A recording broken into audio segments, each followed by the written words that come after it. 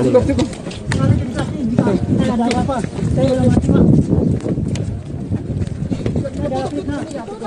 Tadi bilang rela metong gitu ya si Peggy.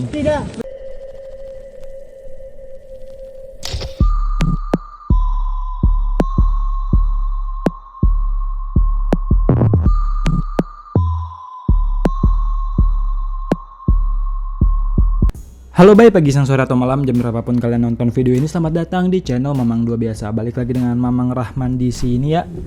Oke baik, di video kali ini gue bakal ngebahas dua berita. Yang pertama yaitu sosok Peggy yang akhirnya muncul ke publik, terus sama masalah COD yang marah-marah gitu. Ya oke lah, tanpa basa-basi kau ajak happy-happy, kita langsung nih masuk ke pembahasan kita kali ini. Cus! Jadi baik, akhirnya setelah hampir 1 minggu ditangkap, Peggy Setiawan alias Perong, yaitu pelaku atau dalang pembunuhan si Vina dan si Eki gitu ya. Pihak kepolisian ini tuh memutuskan untuk memunculkan si Peggy ketika konferensi pers tentang kasus Vina pada hari Sabtu tanggal 26 Mei kemarin gitu. Di video ini tuh polisi menceritakan ulang kronologi kejadian Vina dan olah TKP di tahun 2016 hingga penangkapan si Peggy sekarang. Ya akan tetapi videonya sendiri nggak bisa gua play gitu ya bay, karena ini dari salah satu stasiun TV. Takutnya kena copyright. Cuma dari hasil konferensi pers ini para netizen tuh menemukan beberapa kejanggalan. Contohnya aja, si bapak polisi ini tuh bilang bahwa pada tahun 2016 polisi tuh sempat datang ke rumah si Peggy, namun si Peggy ini udah kabur gitu. Terus dia bilang bahwa polisi sempat memfoto fotonya si Peggy yang terpampang di rumahnya si Peggy gitu ya bay. Nah namun ketika daftar DPO tersebut disebarkan, para polisi ini malah tidak memunculkan fotonya si Peggy gitu bay. Terus ada lagi yang dikomentari sama netizen gitu ya, dimana ada tambahan barang bukti yang berupa beberapa identitas si Peggy, berupa KTP, KK, ijazah SD, SMP, KIP, dan bahkan ada kartu ujian yang dijadikan barang bukti gitu. Ya netizen ini bilang ngapain gitu ya, ada kartu ujian sama ijazah dijadikan barang bukti. Yang sebenarnya ya wajar aja dijadikan barang bukti karena kata polisi si Peggy itu mengubah identitasnya ketika kabur ke Bandung, dimana yang awalnya bernama Peggy Setiawan berubah menjadi Robi Irawan gitu bay. Dan yang paling mengejutkannya ada keterangan dari Pak Surawan gitu ya, dimana dia bilang dari hasil penyelidikan polisi tersangka DPO hanya ada 1 bukan 3, jadi total pelakunya tuh 9 bukan 11 gitu bay. Jadi 2 DPO lagi, si Andi sama si Dani gitu ya. Dari hasil penyelidikan polisi yaitu cuman fiktif aja gitu bay. Pelaku utamanya ya cuman si Peggy ini. Dan di akhir konferensi pers tiba-tiba si Peggy ini tuh angkat tangan seolah-olah mau menyampaikan sesuatu namun tak diberi kesempatan oleh pihak kepolisian gitu ya. Ini kita setel videonya cus. Cukup ya? Cukup ya rekan. Oke. Peggy bantah bunuh Vina, ini fitnah, saya rela mati. Tersangka nanti di sidang pengadilan ya. Tentu harus didampingi oleh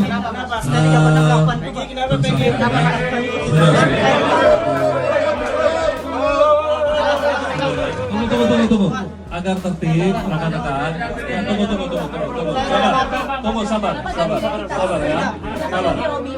Kami persilakan. Jadi nanti kita akan mendengarkan keterangan dari tersangka. Saya rela mati. Rekan-rekan, langsung chaos gitu ya. Kita sama-sama mendengar. Nah kan kalau di video tadi tuh si Peggy ini kurang jelas gitu ya ngomong apa. Ini ada video ketika para wartawan berusaha mendapat keterangan dari si Peggy gitu. Jadi pas selesai konferensi pers, si Peggy ini dikejar-kejar sama para wartawan gitu baik. Tidak, saya tidak bilang dia apa-apa. Tidak sama sekali. Saya ada apa-apa. Saya rela mati pak. Tadi bilang rela metong gitu ya si Peggy ini. Tidak. Anda betul Peggy Setiawan ya? Peggy Setiawan. Usia Anda berapa? 28 sekarang.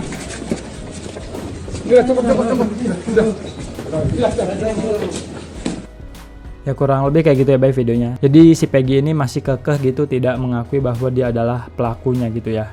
Ya dan setelah video konferensi pers tersebut beredar, kuasa hukum dari Vina yaitu Mbak Putri dan kawan-kawannya gitu ya langsung buka suara di mana dia merasa kecewa karena 2 DPO yang lainnya tuh malah dihilangkan gitu, Bay.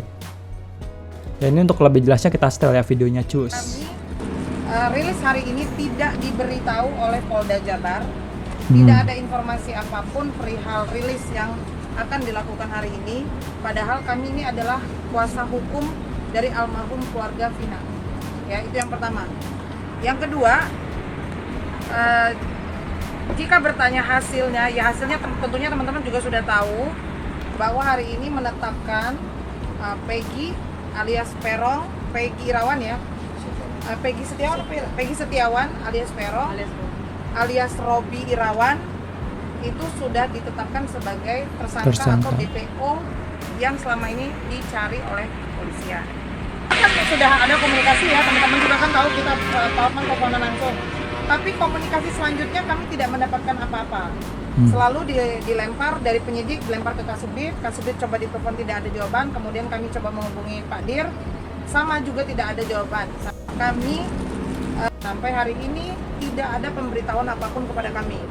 Oleh karenanya kami berinisiatif untuk datang ke Polda Jabar, itu pun atas informasi teman-teman media. Jadi Pak Hotman informasi ke kami kalau hari ini akan diadakan press release perihal penetapan.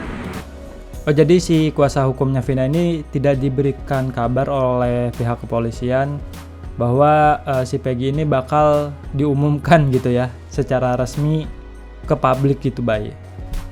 Hasil penangkapan kemarin begitu, jadi tidak ada undangan resmi dari Polda. Jadi hari ini ada hal yang membahagiakan tentunya, dan ada juga hal yang membuat kami kecewa.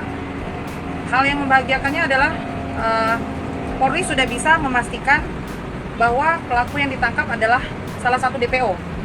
Tentunya kami sebagai korban merasa senang, merasa ada angin baru lah, energi baru atas tertangkapnya pelaku tersebut. Namun ada hal juga yang membuat kami kecewa adalah kenapa Polda menyatakan bahwa 2 DPO tersebut itu tidak ada alias fiktif. Sampai hari ini putusan ini bacakan tak? Saya bacakan, ada beberapa barang bukti, singkatnya semua barang bukti tersebut di atas dikembalikan kepada penyidik Reskrim Polda Jabar untuk dipergunakan dalam perkara lain, yaitu atas nama Saudara Andi, Saudara Dani, Saudara Peggy alias Perong. Jelas ini. Jadi, ada putusan DPO. Jadi di dalam amar putusan ini sudah jelas sebagai DPO yang harus dicari. Jadi pertanyaannya, siapa yang paling bertanggung jawab atas kematian Vina dan Eki kalau 2 DPO itu dihilangkan? Apakah serta-merta kami selaku kuasa hukum percaya begitu saja? Ayo, apakah kami harus tinggal diam? Berarti selama ini tentunya yang harusnya bekerja adalah siapa? Nah, sudah tahu kan? Gitu. Jadi kami tidak mau tahu, kami tahunya yang berdasarkan keputusan itu ada 2 nama lagi yang harus dicari. Iya, si Andi sama si Dani. Keputusan ini Ya kurang lebih kayak gitu ya, Bay, videonya. Nih aduh, kasusnya tuh makin bikin pusing lagi nih. Pelaku utama udah ketangkep, tapi 2 pelaku DPO-nya ini malah dihilangkan gitu ya, Bay. Ya kayaknya ini beneran terakhir kali gue ngebahas kasus Vina deh, Bay. Pusing banget nih, pusing. Ya oke, next, Bay. Ini beritanya udah 1 mingguan sih, tapi kayaknya akan selalu relate dibahas kapanpun. Jadi ada seorang kurir yang mengirim paket COD berupa pakaian yang total harganya tuh sekitar 150 ribuan. Dan ketika paket tersebut sudah dibuka oleh customernya, si customernya ini malah nggak mau bayar paket tersebut dengan dalih tidak merasa memesan pakaian gitu, Bay. Dan terjadilah video seperti berikut. Iki loh, paketnya sungai iki loh. Paketnya sungai iki loh, kangen balik. Jerobek tuh ya. Wih, anaknya berkebutuhan khusus kali ya. Wih, ngakunya punya teman polisi. Kilo sak keluarga iki loh. Kalian. Ya kurang lebih kayak gitu ya, Bay, videonya. Ini si bapaknya tuh kayak paham betul ya sikap keluarganya tuh kayak gimana. Dan si Mbak ini kan ngaku-ngaku punya teman polisi gitu ya, Bay. Ya nggak tahu sih, cuma ngaku-ngaku doang atau emang punya teman polisi. Cuma kalau emang punya teman polisi beneran, kayaknya teman polisi lu juga bakalan males gitu ya berteman sama lu. Ya, dan setelah video ini viral, ternyata muncul 2 kronologi dari masing-masing pihak gitu. Ada kronologi dari versi si ibu penerima paket, sama ada kronologi dari versi si kurir.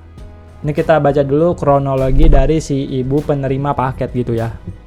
Awal mula kejadian, ada kurir yang mengirim barang yang berisi pakaian bekas, berisi gamis, kaos wanita, celana anak kecil, dan 2 kerudung, semuanya bekas dan bau gak enak. Saat mengirimkan sekitar pukul 13.20 atau setengah 2, kondisi si penerima paket ini baru bangun tidur. Belum stabil kesadarannya, spontan asal membayar COD sebesar 150.000. Setelah kesadarannya memulih, baru si penerima bergegas mengembalikan paketan karena merasa tidak pesan barang tersebut. Di samping itu, kertas resinya dalam keadaan sobek-sobek dan ditata lalu diplester solasi. Terlihat bungkusan paket sudah disobek. Penerima ini sangat paham betul dengan kurir-kurir yang biasa mengirim di rumahnya. Sudah sangat akrab banget gitu ya, karena jual beli online juga. Oh, jadi si ibu-ibu tadi suka jual beli online gitu, baik. Sudah pasti rumahnya jadi tempat langganan kurir-kurir untuk mengirimkan barang, tapi kurir tadi tak dikenalnya sama sekali. Ya mungkin kurir magang gitu ya. Setelah dikembalikan, si kurir ini berbelit dan gak mau mengembalikan uang yang telah dibayarkan sambil bilang urusan di kantor ekspedisi saja. Setelah diiyai oleh penerima dan ketemuan di kantor ekspedisi yang ada di Jalan Raya Ponokawan, akhirnya penerima ini berangkat. Lalu saat di jalan sempat bertemu di depan makam Sumber. Si kurir berhenti sambil teleponan. Di situ penerima bertanya pada kurir, "Ayo," katanya, "ke kantor," terus berjalan tancap gas. Penerima sudah tiba di lokasi, tapi si kurir ini entah tak tahu di mana rimbanya, dan setelah ditunggu lama tak muncul juga. Tiba-tiba video sudah viral dan tersebar di penjuru jagat media sosial. Dari peristiwa ini, kalian bisa menyimpulkan kan siapa yang benar dan siapa yang salah. Oke ya, itu kronologi dari si penerima paket. Nah, dan ini ada kronologi dari si kurirnya gitu. Customernya ini pesen paket COD, totalnya Rp150.000. Uangnya sudah diterima si kurir dan barangnya juga sudah diterima sama customer. Ketika kurir ini baru mau lanjut perjalanan, tiba-tiba dihentikan sama si customer. Customernya ini minta paket dikembalikan dan uang diminta lagi gitu. Ada beberapa alasan si kurir ini tidak bisa membantu untuk meretur atau mengembalikan paket. Yang pertama, paket sudah disobek di bagian resi. Terus yang kedua, customer tidak membuat video unboxing paket. Terus yang ketiga, paketnya juga sudah di status sukses atau diterima, di mana uang COD tersebut sudah masuk ke setoran kurir. Lah, di keterangannya si ibu ini katanya si ibu itu tidak memesan pakaian tersebut gitu ya, Bay. Tapi kok bisa-bisanya paket sudah di status sukses atau diterima gitu, dimana uang COD tersebut sudah masuk ke setoran kurir. Berarti kan si ibunya ini memang ada status pembelian gitu ya, Bay. Cuma mungkin barangnya tuh tidak sesuai atau entah gimana. Ya gue juga kurang tahu gitu ya. Dan tadi juga katanya kan si ibunya suka jual beli online gitu ya, Bay. Masa dia nggak tahu sih ada aturan dimana kalau mau mengembalikan paket tersebut harus ada video ketika kita unboxing gitu, Bay. Ini jadi pertanyaan gue juga gitu ya. Kurir pun sudah menjelaskan secara baik-baik agar jika membuka paket lebih baik jangan disobek bagian resinya, serta diingatkan untuk melakukan video unboxing saat membuka paket. Tapi customer tetap gigih meminta uang COD kembali dan kurir dihakimi di tempat. Setelah itu, si kurir menelpon atasannya untuk mencari solusi atau jalan keluarnya gitu ya. Akhirnya kurir diminta atasannya untuk menyampaikan ke pihak customer untuk datang ke kantor agar dijelaskan secara langsung oleh atasannya. Akan tetapi hal tersebut tetap tidak diterima dengan baik dan tetap meminta uang dikembalikan. Jika keinginan tersebut diiyakan oleh kurir, maka ya kurir akan membayar paket tersebut karena fisik paket sudah disobek dan tidak bisa di-return. Dan terjadilah seperti di video tersebut. Ini di video yang marah-marah ini gitu ya, Bay. Pihak dari customer justru melakukan kontak fisik terhadap si kurir.